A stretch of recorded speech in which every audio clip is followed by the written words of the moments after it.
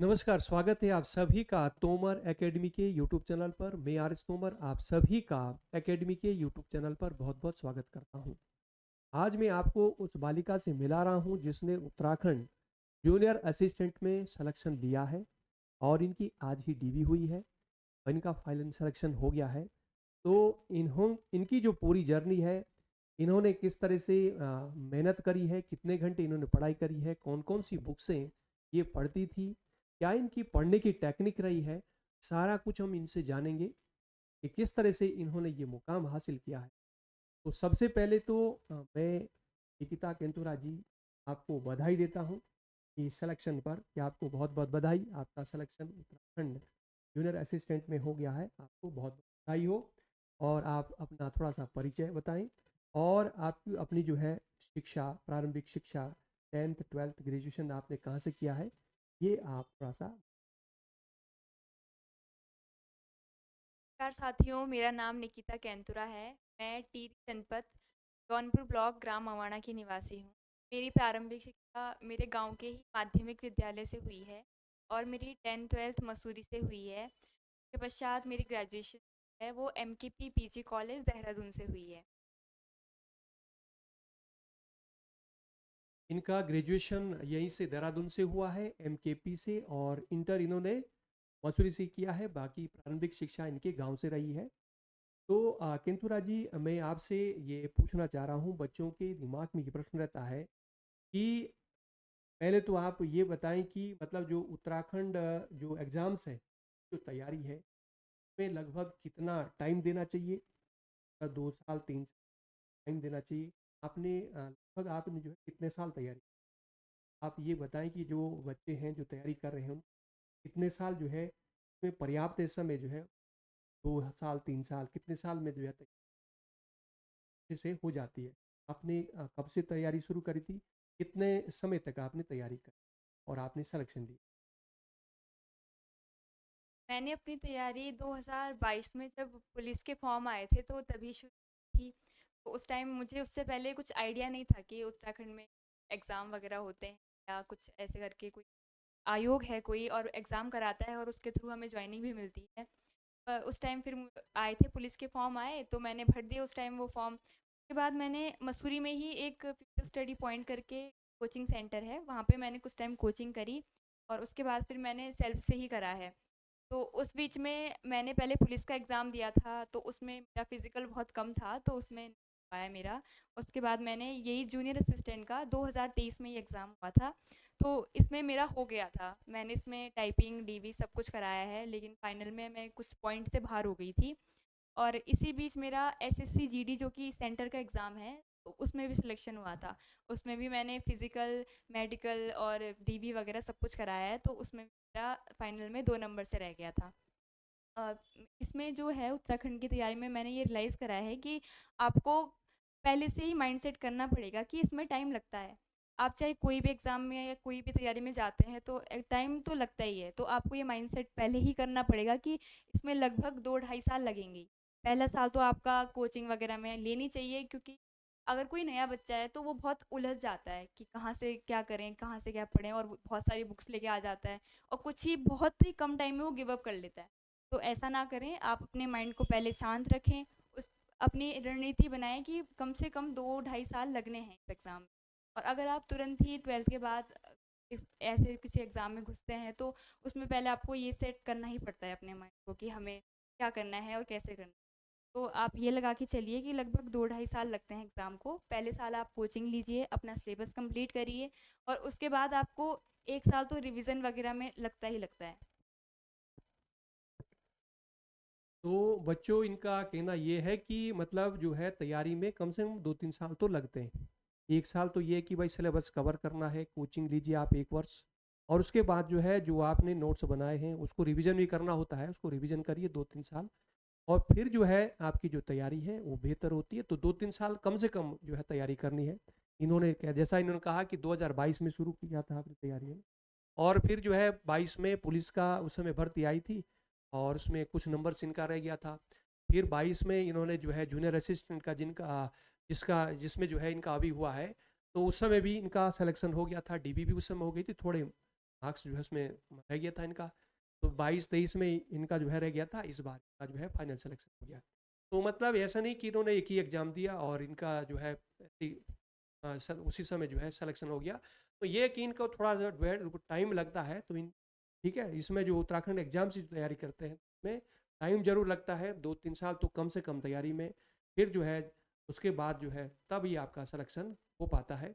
तो आप इस तरह से धैर्य बनाकर रखें और मेहनत करते रहें, 2-3 साल तक कम से कम आपने मेहनत करनी है। उसके बाद जो है फिर जो है आपके सिलेक्शन के चांस बनते हैं। अच्छा निकिता जी, मैं आपसे ये प्रश्न पूछना चाह रहा हूँ कि जो आपने 22 में शुरू करी तैयारी, तो इसमें जैसे कोचिंग आपने ली थी या नहीं ली थी? लाइब्रेरी वगैरह आप गए थे? जैसे लाइब्रेरी का ट्रेंड है अब ना, तो लाइब्रेरी का ट्रेंड है तो मतलब लाइब्रेरी कोई फ़ायदा होता है कि नहीं होता है? क्या है मतलब ठीक है फ़ायदा होता है? मतलब आपने भी करा था ऐसे ही या कोचिंग करी थी? थोड़ा-सा बताएँ ज़रा। मैंने शुरुआत तो कोचिंग से ही करी थी, कुछ टाइम मैं और उसके बाद लगभग 1 डेढ़ साल में हेल्प से मैंने घर पे ही प्रिपरेशन करी। तो उस बीच मेरा एक एग्ज़ाम था आबकारी का, शायद आप लोग भी होंगे उससे। उसमें भी मेरा ये हो रहा था कि घर पे मतलब मेंटेनेंस नहीं बन पा रही थी। कभी मैं पढ़ पा रही थी, कभी नहीं पढ़ पा रही थी।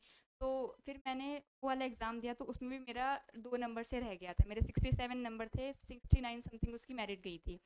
तो उसमें भी नहीं हुआ, तो फिर मैंने सोचा कि क्यों ना देहरादून की तरफ मूव किया जाए और लाइब्रेरी वगैरह जाया जाए क्योंकि घर पे कितनी ही कोशिश कर लो, मेरा नहीं हो पा रहा था। तो फिर मैं देहरादून आई, तोमर लाइब्रेरी से मैं जुड़ी। तो यहाँ पे ऐसा है ना कि आप बिल्कुल फिक्स टाइम पे आप माहौल बन जाता है कि आपको इस टाइम पे आना है, इतना पढ़ना है और सबसे अच्छी बात यहाँ की ये लगी मुझे कि कुछ भी डाउट होता था तो सर ऑलवेज़ यहाँ पे अवेलेबल रहते थे और भी यहाँ पे जो स्टूडेंट हैं वो भी काफ़ी हेल्पफुल हैं कि आपको कोई भी डाउट हो। कि हम लोग तो नए-नए ही तैयारी में हैं, बहुत सारे बच्चे होते हैं जो पुराने और बड़े लेवल की तैयारी करते हैं। उनसे बहुत कुछ सीखने मिलता है, तो मुझे लगता है कि लाइब्रेरी आपको जाना चाहिए अगर आपके घर में स्पेसिफिक है कुछ ऐसा माहौल कि आप पढ़ सकते हैं, तो आप पढ़िए वरना आप लाइब्रेरी ज़रूर जॉइन करिए। कि लाइब्रेरी में आपको एक फ़िक्स टाइम आप बन जाते हैं और अगर आपने एक रूटीन बना लिया तो आपको सिलेक्शन से कोई नहीं रोक सकता है। बच्चों इनका कहना ये है कि जो कोचिंग है ज़रूर करनी चाहिए, 1 वर्ष कोचिंग करो, अपना सिलेबस कंप्लीट करो, उसके बाद जो है इन्होंने वैसे ही करा था। उसके बाद फिर जो है लाइब्रेरी इन्होंने ज्वाइन करी थी और तोमर लाइब्रेरी में से जुड़ी थी और इन्होंने लगातार जो है अपना टाइम बनाया और खूब मेहनत करी और इसके बाद जो है इन्होंने सिलेक्शन लिया है। ठीक है, तो मतलब ये कि कई वर्ष की मेहनत है, कई साल की मेहनत करके जो है इन्होंने ये सिलेक्शन प्राप्त किया है, तो आप भी इसी तरह से खूब मेहनत करें और आप सिलेक्शन ले सकते हैं। अच्छा दूसरा निकिता जी एक प्रश्न रहता है बच्चों के इसमें, जैसे उत्तराखंड जीएस है, तो बहुत कई बुक्स हैं इसमें लिखी गई है, जैसे उत्तराखंड का इतिहास है ना? बहुत सारी किताबें जो है, बहुत सारे राइटर हैं। तो इसमें मतलब जो है बच्चे का ये ऐसे ही मतलब हो जाता है कि भाई मैं वो जो है क्या पढ़े, कन्फ्यूज हो जाता है कि उसकी जो है कौन सी किताबें पढ़ें क्या है। तो आपने जो है थोड़ा बुक्सों के बारे में बताएं, ये कौन-कौन सी किताबें आपने पढ़ी उत्तराखंड जीएस के लिए और हिंदी के लिए कौन सी किताबें आपने पढ़ी? और ये जीएस की आपने कौन-सी पढ़ी, रीजनिंग के लिए कौन ये बताएँ ताकि जो बच्चे हैं, जो अभी कुछ नए बच्चे हैं जो तैयारी में जुटेंगे और कुछ ऐसे हैं जो मतलब जो है तैयारी कर रहे हैं, लेकिन उनको बड़ा कन्फ्यूजन है कि यार कैसे करें तैयार करें? उत्तराखंड जीएस है, वो दुनिया भर की किताबें कहाँ से तैयार करें, किस तरह से पढ़ें? तो आप अपना बताएँ कि किस तरह से आपने उत्तराखंड जीएस, हिंदी कैसे तैयार करी थी? कौन-कौन सी किताब आपने पढ़ी थी? बुक्सों के बारे में बताएँ। जो उत्तराखंड की मैं बात करूँ तो उत्तराखंड की जो फ़ेमस बुक है परीक्षावाणी, मैंने उसी से ही शुरुआत करी थी। पर मैंने उसको कम से कम 3-4 बार तो वो बुक मैंने पढ़ी है। मैंने पहली बार उसको रीड करा, मुझे कुछ समझ नहीं आया। मुझे ऐसा लग रहा था कि ये क्या बुक है? डिटेल में है ही नहीं। फिर मैंने उसको दोबारा पढ़ा तो धीरे-धीरे समझ आया। फिर मैंने तीसरी बार, चौथी बार मतलब लगभग इस 2 साल के उस मैंने वो 3-4 बार वो बुक ख़त्म करी है। और एक मैंने और पढ़ी थी लाइक एग्ज़ाम्स के 4-5 महीने पहले उत्तराखंड ज्ञानदीप करके आती है दीपक असवाल की बुक है शायद वो, तो वो पढ़ी थी मैंने, तो वो उसमें थोड़ा हिस्ट्री थोड़ा डिटेल में दी हुई काफ़ी अच्छी बुक है वो भी, अगर आप चाहो तो पढ़ सकते हो। लेकिन बुक्स पढ़ने का तरीका क्या होता है कि आपको कम से कम उसे 2-3 बार तो पढ़ना ही है। पहली बार जब हम बुक पढ़ते हैं तो वो हमारी केवल रीड की होती है, हमें समझ नहीं आता है। आप पहली बार पढ़िए, उसमें आप अगर आपको लगता है कि कुछ इम्पोर्टेंट है या आपको जो कहीं आपने कहीं और पढ़ा होगा तो उसको अंडरलाइन करिए। फिर दोबारा पढ़िए, फिर दोबारा उसको फिर दोबारा अंडरलाइन करिए जो इम्पोर्टेंट है। तीसरी जो रीडिंग होती है हमारी, वो हमारा सबसे ज़्यादा ध्यान देता है जो हमने दूसरी बार में जो अंडरलाइन करी है, उन चीज़ों पे। तो उत्तराखंड के लिए मैंने यही 2 बुक्स देखी थी। और यूट्यूब, हाँ, यूट्यूब का मैंने बहुत सारा लिया था। यूट्यूब पे बहुत सारे चैनल्स होते हैं, तो उनके थ्रू मैंने पढ़ा था कि अगर कोई टॉपिक अगर बुक्स में नहीं है, क्योंकि सिलेबस मेरे पास हमेशा रहता था, तो सिलेबस के थ्रू अगर उसमें मुझे बुक्स में होता है, बहुत बार नहीं रहते हैं कुछ टॉपिक, तो वो मैंने यूट्यूब से पढ़े हैं। और जीएस के लिए जहाँ तक है तो लूसेंट, जो लूसेंट होती है उसकी पहले आप उसको पढ़िए। उसको एक बार पढ़ने के बाद सिलेबस के अनुसार ही पढ़िए। ऐसे बहुत सारा ऐसे नहीं पढ़ना है कि कहीं से भी उठा के कुछ भी पढ़ लेना है, सिलेबस के हिसाब से पढ़िए। दूसरी चीज़, जब आप उसको कंप्लीट कर दो तो बर्नवाल करके है एक, एनसीईआरटी बर्नवाल करके एक बुक है, तो उसमें वन लाइनर के फॉर्म में है, आप उसको पढ़िए। और एक लूसेंट या कोई भी जो होते हैं ऑब्जेक्टिव टाइप बुक, आप उसको लगाइए उसके साथ। मतलब आप चैप्टर ख़त्म करिए और उसके साथ ही उसके एमसीक्यू भी लगाइए। अगर आपके बुक नहीं है तो आप यूट्यूब वगैरह की हेल्प भी ले सकते हैं, उससे पढ़िए। और जहाँ तक हिंदी की बात है, तो हिंदी का मैंने राजपाल यादव की एक बुक आती है, उससे पढ़ा था। उसमें अच्छी चीज़ ये है कि आगे आपको पूरे जो है नोट्स फॉर्म में दिए हुए हैं और पीछे उसके एमसीक्यू भी दिए हुए हैं। तो आगे से आप उसको पढ़ते जाइए और पीछे उसके एमसीक्यू लगाते जाइए, तो वो चीज़ अच्छी लगी। और उसमें ही एक हृदय बहारी की है, अगर थोड़ा-सा आपको मतलब ऐसा चाहिए कि नॉलेजेबल चीज़ें चाहिए कि अगर थ्योरिकल कोई चीज़ें बनती हैं तो आप उनको सॉल्व कर पाएँ, तो आप हृदय बहारी के साथ जा सकते हैं। और उसमें पर्यायवाची और विलोम शब्द वगैरह भी बहुत अच्छे से दे रखे हैं, तो वो चीज़ आप कर सकते हैं। प्लस उसमें एक 10 नंबर का रीजनिंग होता है ग्रुप सी में, तो आप प्लीज़ उसको बिल्कुल भी स्किप मत कीजिए। ऐसे मत सोचिए कि वो 10 नंबर का है तो हम उसको बाद में करते हैं। नहीं, आपको उसके लिए भी स्पेसिफिक टाइम देना ही पड़ेगा। आप आधा घंटा दीजिए, 1 घंटा दीजिए, वो आपके ऊपर है, पर डेली आप पढ़िए उसको भी। रीजनिंग के लिए मैंने कोई बुक तो नहीं ली थी, तो मैंने यूट्यूब से ही करा है रीजनिंग। कि सेंटर में तो रीजनिंग बहुत इंपॉर्टेंट होती है, तो उसके ही थ्रू मैंने करा है रीजनिंग को। आपको आयोग के थ्रू सिलेबस दिया जाता है, आप उन टॉपिक्स को डालिए और उससे उसके थ्रू आप रीजनिंग भी करिए। बच्चों, इनका निकिता जी का कहना यह है कि आप जैसे उत्तराखंड जीएस के लिए परीक्षा वाणी जो कि फेमस बुक है, सबके पास रहती है, तो एक तो ये पढ़नी है। और दूसरा इन्होंने जो है कहा है उत्तराखंड ज्ञानदीप करके एक बुक है, तो उसको भी आप पढ़ सकते हैं। इन्होंने ये पढ़ी थी। और बाकी जो है बी एस नेगी पढ़ी थी आपने? बीएस नेगी भी आप पढ़ सकते हैं। बाकी यूट्यूब, प्लस यूट्यूब इन्होंने जोड़ा और यूट्यूब से पढ़ा। इस तरह से इन्होंने ये बुक्सें पढ़ी है, तो आप भी इनका सहारा ले सकते हैं, इन किताबों का।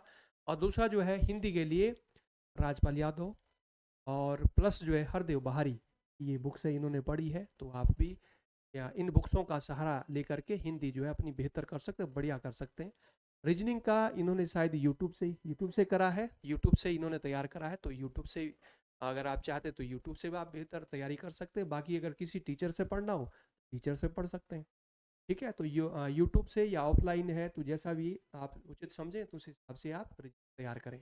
रीजनिंग जो है लापरवाही नहीं करनी। रीजनिंग में आप सोचेंगे 10 नंबर है, 10 नंबर देखो रीजनिंग का रहता है, छोटा सिलेबस है, और आपको ये 10 में से 10 मार्क्स दे के जाता है। अगर आप अच्छी तैयारी करें, 10 में से 10 भी आप ला सकते हैं, 10 में से 8 9 तो आप ला ही सकते हैं। इस तरह से आप जो है रीजनिंग जो है अच्छे से तैयार करें, पढ़ें, रोज पढ़ें, तो इस तरह से आप अच्छे मार्क्स आ सकते हैं। और दूसरा जो है, अगर जीएस की बात करें तो जीएस की बात इन्होंने करी कि महेश कुमार वर्णवाल की एक बुक आती है ऑल इन वन करके, उसमें प्लस जो है लुसेंट सामान्य अध्ययन, लुसेंट की लगभग सभी बच्चों के पास रहती है, तो वो पढ़ें। प्लस जो है वर्णवाल की बुक पढ़ें, उसमें ज्योग्राफी, पॉलिटी, हिस्ट्री सारा कुछ रहता दिया हुआ, ऑनलाइन में रहती है। और प्लस जो है लुसेंट की एक ऑब्जेक्टिव बुक रहती है, तो उसको भी, क्योंकि उसमें जैसे आपने चैप्टर पढ़ा तो उसके बाद जो है एमसीक्यू फॉर्मेट में रहती है, उसको भी लगा लें, तो आपकी तैयारी और बेहतर बढ़िया हो जाएगी। इस तरह से आपने बुक से जो है ये इनको पढ़ना, बार बार पढ़ना है, तो आपकी तैयारी बेहतर हो जाएगी।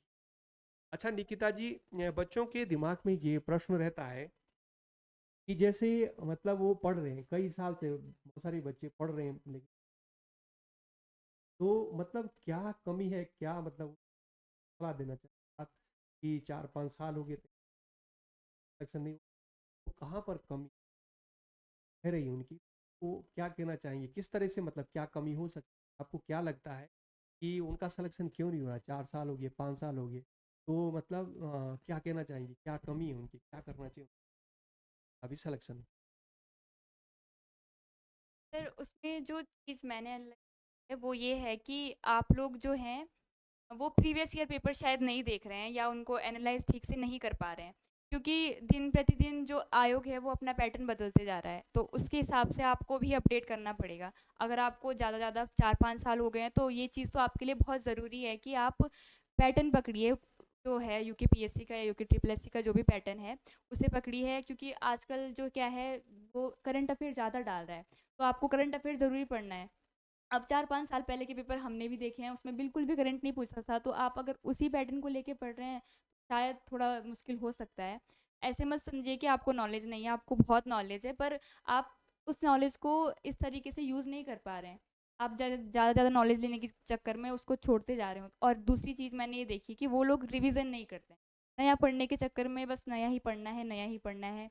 तो ये शायद एक कारण हो सकता है कि आप मतलब सिलेक्शन के उसमें नहीं जा रहे हैं। और दूसरी चीज़, जहाँ तक ट्रिपल सी में मैंने बच्चों को देखा है, वो रीज़निंग को बहुत स्किप करते हैं, जो कि बहुत गलत बात मैं कहूँगी एक तरफ से, क्योंकि 10 नंबर का मार्जिन बहुत बड़ा होता है, तो आपको रीज़निंग तो करनी ही है। भई वीक होती है क्योंकि उत्तराखंड में है नहीं, माँगता नहीं है कहीं पे मैथ्स, रीज़निंग वगैरह, तो उसके लिए आपको प्रिपेयर होना पड़ेगा। अगर आपको ऑनलाइन समझ नहीं आता है तो आप ऑफ़लाइन लीजिए। ऐसा भी नहीं है, देहरादून में तो बहुत सारे ऑप्शन हैं, आप ले सकते हैं आराम से। मुझे यही लगता है कि जिनका सिलेक्शन नहीं हो रहा है वो थोड़ा-सा आप अपनी स्ट्रैटेजी पे ध्यान दीजिए, प्रीवियस ईयर क्वेश्चंस पे ध्यान दीजिए। आधे से क्वेश्चन तो सर मुझे लगता है कि प्रीवियस ईयर से ही तो आप उस चीज़ को देख सकते हैं। बच्चों निकिता जी का कहना ये है कि आप जो प्रीवियस ईयर है, वो लगाइए और यूके ट्रिपल एससी का जो नया पैटर्न है उसको पकड़िए। आप मेहनत देखो, मेहनत में कोई बच्चा कमी नहीं कर रहा, खूब मतलब पढ़ रहे हैं लेकिन सिलेक्शन नहीं हो पा रहा है, तो इसका मतलब आपका जो मेहनत मेहनत तो खूब कर रहे हैं लेकिन जो पैटर्न है वो नहीं पकड़ पा रहे हैं।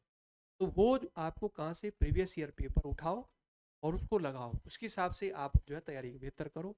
और हो सकता है आप करंट नहीं पढ़ रहे हो, क्योंकि अब जो है हर उसमें जो है उत्तराखंड जीएस भी करंट के रूप में प्रश्न जो है इस तरह से कन्वर्ट कर रहा है कि करंट के रूप में फिक्स कर दे रहा है उसको, या आपने जो है जो करंट है उसको फोकस करना है।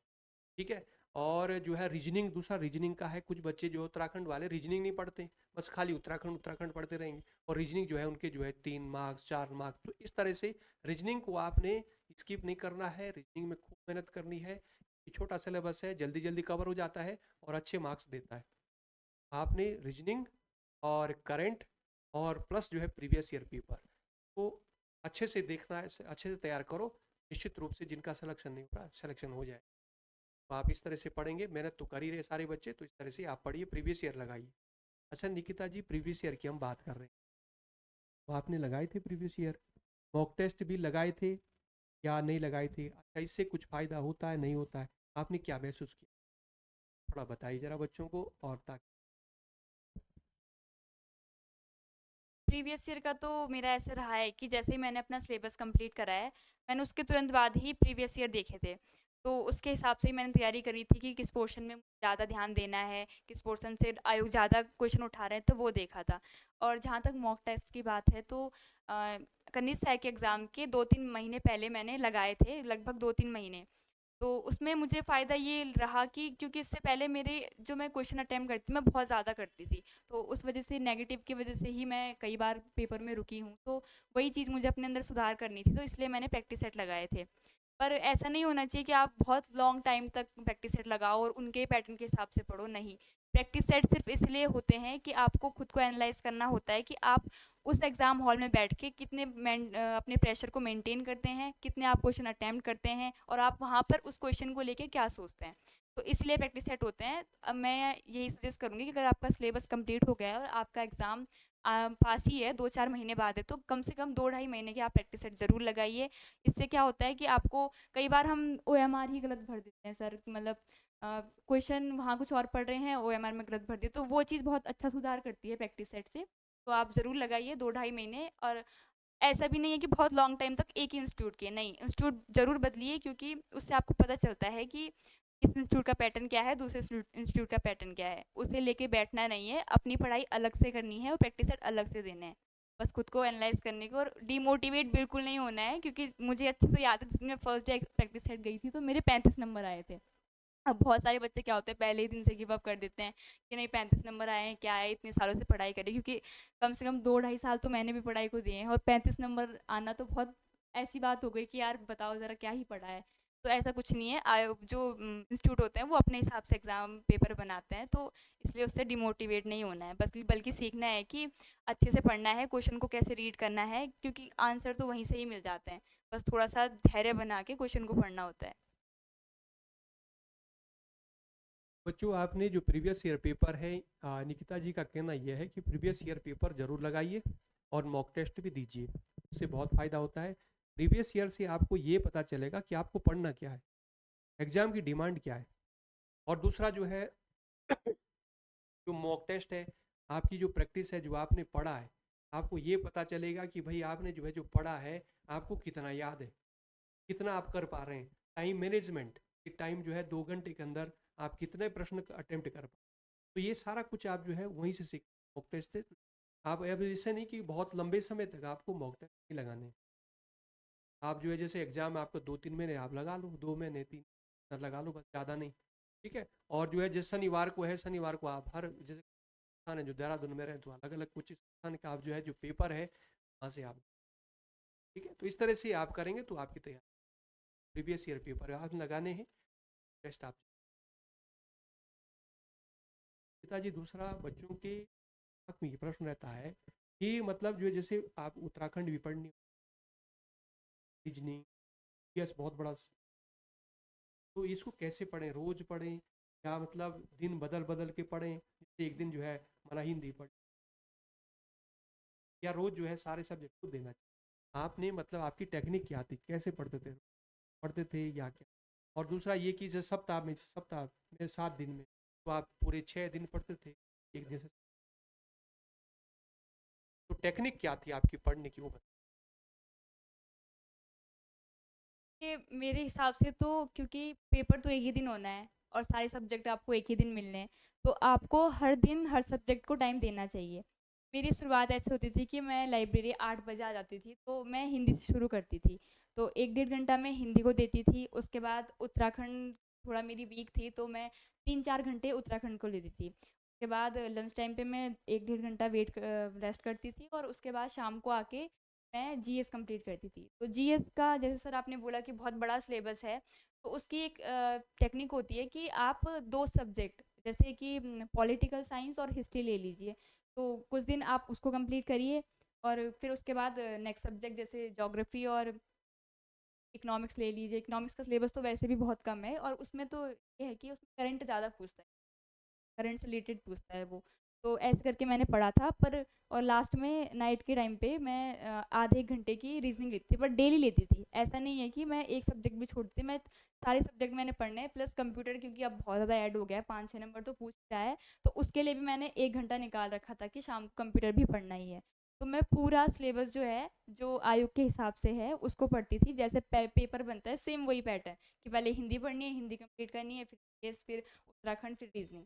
तो वैसे ही पढ़ती थी मैं, पर डेली ही पढ़ती थी। आप प्लीज़ मत स्किप कीजिए। मैंने बहुत सारों को देखा है कि अगर हिंदी पढ़ रहे हैं तो हिंदी पढ़ रहे हैं पूरे दिन, उत्तराखंड पढ़ रहे हैं तो उत्तराखंड पढ़ रहे हैं। ऐसे भी नहीं होता, उससे ना आपका माइंड भी बहुत ज़्यादा ही थक जाता है एक ही सब्जेक्ट को पढ़ के। तो इस वजह से आपको हर सब्जेक्ट को कम से कम अपने हिसाब से टाइम दीजिए। जो आपका वीक है उसको ज़्यादा दीजिए, जो आपका सही है उसको कम टाइम दीजिए, पर डेली ही पढ़िए। हर सब्जेक्ट डेली पढ़िए, हर सब्जेक्ट अपनी अपनी अहमियत रखता है। 20 नंबर हो या 10 नंबर हो, आपको मेरिट में वही चीज़ें ज़्यादा ऊपर ले जाती हैं जो कम नंबर के लिए बनी होती है।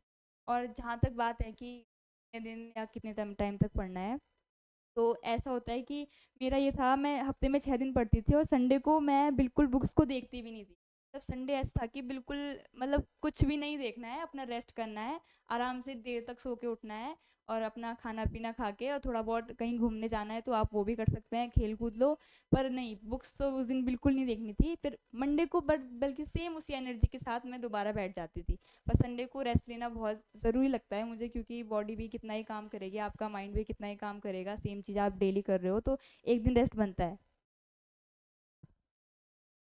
बच्चों, निकिता जी का कहना यह है कि देखो सप्ताह की हम बात कर रहे थे कि सप्ताह में संडे को ये नहीं पढ़ती थी, संडे को रेस्ट करती थी और 6 दिन जो है अपना पूरा जो इनका रूटीन था वो खूब मेहनत करती थी, पढ़ाई करती थी। तो इस तरह से आप भी कर सकते हैं ताकि मतलब आपके जो माइंड है वो रिलैक्स हो जाए। एक दिन जो है अपना जो है पूरा रेस्ट जो है करती थी, 6 दिन जो है खूब मेहनत से पढ़ती थी। और दूसरा जो है हम ये कह रहे थे, बात कर रहे थे कि सब्जेक्ट किस तरह से पढ़नी चाहिए। तो बच्चों इस तरह से मत पढ़ो कि एक दिन आप हिंदी पढ़ रहे हैं, फिर पॉलिटी पढ़ रहे हैं, फिर इस तरह से आप उत्तराखंड पढ़, मतलब हर दिन आप जो है सारे सब्जेक्ट पढ़ो। भले ही थोड़ा सा जो आपका वीक है, जो जिसमें समय ज़्यादा चाहिए, तो उसको थोड़ा ज़्यादा समय दो, है ना। रीजनिंग है छोटा सब्जेक्ट, उसमें कम समय दो, लेकिन पढ़ो रोज, थोड़ा थोड़ा करके रोज पढ़ो। ऐसे ही हिंदी छोटा सब्जेक्ट है, थोड़ा थोड़ा पढ़ो, पढ़ते रहो, है ना। और उत्तराखंड जीएस है, मतलब काफ़ी थोड़ा बड़ा है, तो उसको थोड़ा ज़्यादा समय दो, है ना। इसी तरह जीएस है, उसको थोड़ा ज़्यादा, लेकिन हर रोज जो है अपना टाइम टेबल बनाइए और हर रोज जो है सारे सब्जेक्ट पढ़िए। इस तरह से आप पढ़ेंगे तो आपकी तैयारी बेहतर होगी। इनका टेक्निक भी, इनका तरीका भी यही था। तो आप इनसे सीख सकते हैं और आप भी सिलेक्शन लेंगे, आपकी भी सरकारी नौकरी इस तरह से लग जाएगी। तो आप ऐसे पढ़ेंगे, मेहनत करेंगे तो निश्चित रूप से आप सिलेक्शन लेंगे। दूसरा निकिता जी, मैं आपसे लास्ट में अब यही प्रश्न पूछना चाह रहा हूँ आपसे कि बहुत सारे बच्चे हैं जो आपको देख करके आपसे प्रेरणा लेंगे, तो आप मतलब उनको क्या कहना चाहेंगी कि मतलब कितने साल जो है तैयारी में जुटे रहना है, किस तरह से उनका सिलेक्शन होगा, कितने घंटे वो पढ़ते रहें, कितने साल तक उन्होंने तैयारी करनी है, और अपना जो है जो धैर्य है वो बना के रखना है, तो थोड़ा सा बताएं। ये आप जब भी किसी तैयारी के फील्ड में या किसी भी क्षेत्र में आप जाते हैं, ज़रूरी नहीं है कि कॉम्पिटिटिव एग्ज़ाम की बात है, तो पहले आपको अपने माइंड को सेट करना होता है कि हाँ, मुझे इसमें करना है। उसके बाद ही अंदर से एक जुनून आता है कि हाँ, इसके लिए पढ़ना है। तो पहले तो आप वो सेट कर लीजिए कि कम से कम आपको 2 ढाई साल तो देने ही देने हैं। इतना टाइम लग ही जाता है, क्योंकि आयोग में भी प्रोसेस का बहुत लंबा टाइम होता है। अभी हमारा ही देख लो, 1 साल होने वाला है, पर लगता है टाइम, हर चीज़ में लगता है, तो आपको सब्र रखना है। और कंटिन्यूटी बहुत ही ज़्यादा ज़रूरी है कि आप बिल्कुल निरंतरता बनाई रखिए। डेली का अपना रूटीन फॉलो करिए। कभी कभी हो जाता है, हर किसी के साथ होता है, सामाजिक प्राणी है तो कभी आना जाना बहुत सारी चीज़ें हो जाती है, लेकिन आप अपना रूटीन ज़रूर बना के रखिए। डेली डेली आप हर चीज़ जो करते हैं उसे ज़रूर करिए। एक टाइम ऐसा आएगा कि आपको खुद ही फील हो जाएगा कि नहीं, अब इस टाइम पे मुझे ये करना है, तो इस टाइम पे ये करना है। और आप अपना माइंडसेट करके रखिए, कुछ टाइम लगेगा, सब्र रखिए। ऐसे नहीं है कि एक ही महीने में बिल्कुल इतना पढ़ देना है कि बस अब अगले महीने एग्ज़ाम है, ऐसा नहीं होता है। जिनका भी सिलेक्शन हुआ है, भले वो कुछ भी बोलते हो, लेकिन टाइम लगता है। 2 ढाई साल हर किसी को लग रहे हैं। तो आप अगर नए बच्चे हैं तो घबराइए नहीं, बहुत आराम से अपना सिलेबस कंप्लीट करिए, आराम से सब चीज़ करिए, प्रैक्टिस सेट दीजिए आफ्टर सिलेबस कंप्लीट। और उसके बाद आप आराम से कर सकते हैं। शुरुआत में मिलती है असफलताएँ, क्यों नहीं को मिली है पहले एग्ज़ाम में, वो तो भई अब किस्मत की बात होगी किसी की कि पहले एग्ज़ाम में निकल गया। लेकिन लगता है टाइम, हमने भी खुद 3-4 एग्ज़ाम दिए हैं, मैंने एसआई का एग्ज़ाम भी दिया था, उसमें भी नहीं हुआ था मेरा। तो टाइम लगता है, फॉर्म भरते रहिए, आप अपने हिसाब से पढ़ते रहिए, पर अपना फ़ील्ड ज़रूर वो करिए कि आप अगर यूके ट्रिपल एससी की तैयारी कर रहे हैं, तो आप उसकी तैयारी करिए। अगर आप पीएससी की कर रहे हैं, क्योंकि पीएससी का तो सिलेबस भी सर अलग है, सब चीज़ बहुत अलग है, तो आप उसकी तैयारी अलग से करिए। तो इस तरीके से बिल्कुल घबराइए नहीं, आराम से, बहुत आराम से हो जाता है। बस अपने आयोग के प्रीवियस ईयर पेपर और उसकी स्ट्रेटेजी को भी देखते रहिए कि आयोग किस तरफ पूछ रहा है। करंट का बहुत ज़्यादा मार्जिन है इस टाइम पे, तो आप करंट को बिल्कुल स्किप मत कीजिए। उसको, करंट को ही देख के आप जो जीएस है या उत्तराखंड में जो जीके बन रही है उसको भी देखिए, साथ साथ हो जाता है। तो मैं अब यही कहना चाहूँगी कि आप लोग निरंतरता ज़रूर बनाए रखें। बच्चों लास्ट में मैं यही कहना चाहूँगा, आप जो है अपनी तैयारी है, जो तैयारी कर रहे हैं बच्चे, तो आप अपनी तैयारी को बेहतर आपकी तभी होगी, आप जो है निरंतरता बनाकर रखें, धैर्य बनाकर रखें और लगातार लगातार खूब मेहनत करते रहो। और इस तरह से आप पढ़ेंगे तो निश्चित रूप से है सिलेक्शन पा लेंगे। थोड़ा सा आप जो करंट है, करंट के आप जरूर पढ़ें, और जो प्रीवियस ईयर पेपर है उसको आप जरूर लगाएं, क्योंकि वो जो है एक तरह से सफलता का रामबाण है। तो प्रीवियस ईयर पेपर जरूर देखें कि किस टाइप के प्रश्न पूछे जा रहे हैं, पैटर्न क्या है। तो इस तरह से आप पढ़ेंगे। बाकी तो आप मेहनत कर ही रहे हैं, सारा कुछ आप पढ़ेंगे और डेली आप जो है सारे सब्जेक्ट हैं वो सारा कुछ पढ़ें। तो हम यही निष्कर्ष पे पहुँचे कि जो सारे सब्जेक्ट हैं आप सारे कवर करें, डेली पढ़ें, है ना, थोड़ा समय जो है ज़्यादा कम आप अपने हिसाब से देखें भाई, जो सब्जेक्ट आपका कमज़ोर है उसमें थोड़ा ज़्यादा समय दें, और लेकिन सारे सब्जेक्ट आप पढ़ें और धैर्य बनाकर रखें, और निश्चित रूप से आप सिलेक्शन आप इस तरह से मेहनत करेंगे। इसी उम्मीद के साथ आज आपसे विदा लेते हैं, फिर अगली वीडियो में मिलते हैं। तब तक के लिए जय हिंद, जय उत्तराखंड।